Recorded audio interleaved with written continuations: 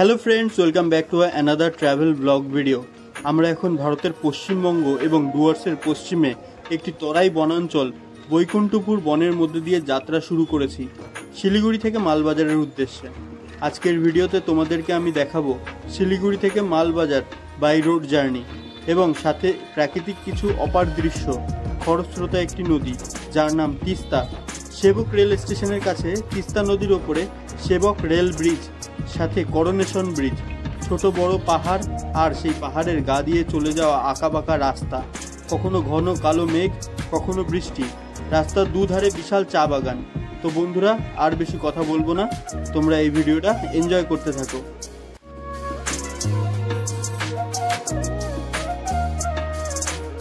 আমরা যেই রোডটা দিয়ে এখন যাচ্ছি সেই রোডটা NH10 নামে অনেকে চেনে, যেটি কিনা গ্যাংটক এবং দার্জিলিং শহরকে শিলিগুড়ির সাথে যুক্ত করেছে।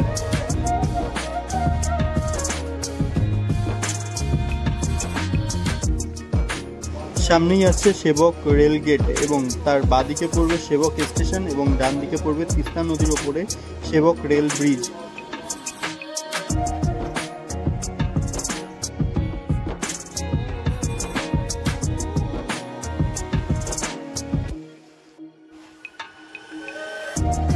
রেল ব্রিজ পার হওয়ার পরপরই শুরু হয়ে গেল পাহাড়ি আঁকাবাঁকা রাস্তা।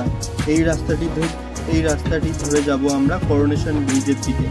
করোনেশন ব্রিজের সামনে থেকেই ভাগ হয়ে যাচ্ছে দুটি রাস্তা, NH10 যেটি চলে গেছে গ্যাংটক এবং দার্জিলিংয়ের দিকে, এবং NH17 যেটি মালবাজার হয়ে চলে গেছে গুয়াহাটির দিকে।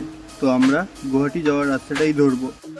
পাহাড়ে প্রায়শই বৃষ্টি হয়ে থাকে, তো আমরা যখন যাচ্ছিলাম তখন কিন্তু অলরেডি প্রচুর পরিমাণে বৃষ্টি এখানটাতে হয়ে গেছে। তো সেই কারণে বেশ কিছু জায়গায় ল্যান্ডস্লাইডও হয়েছে, যেই কথাটি আমাদেরকে ড্রাইভার মশাই জানালেন।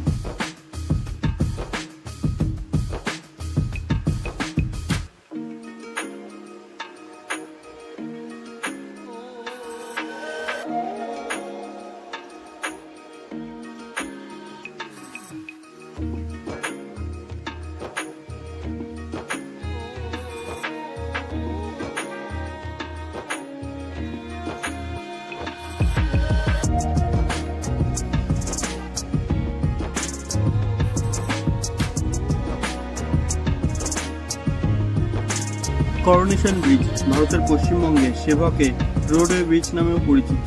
এটি তিস্তা নদী জুড়ে বিস্তৃত, দার্জিলিং এবং কালিম্পং জেলাগুলিকে সংযুক্ত করেছে। 1941 সালে 6 লক্ষ টাকা ব্যয়ে এই সেতুটির নির্মাণ কার্য সম্পন্ন হয়েছিল। সেতুটির একটি প্রবেশদ্বারে দুটি বাঘের মূর্তি থাকার কারণে স্থানীয়রা সেতুটিকে বাঘপুল, যার অর্থাৎ বাঘের সেতু বলে ডাকে।